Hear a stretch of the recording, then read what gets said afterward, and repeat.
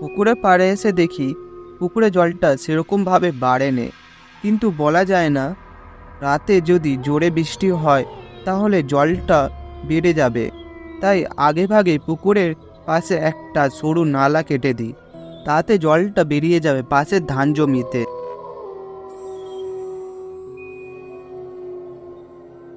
কোদালটা নিয়ে ছোট একটা নালা কাটতে শুরু করে দিলাম।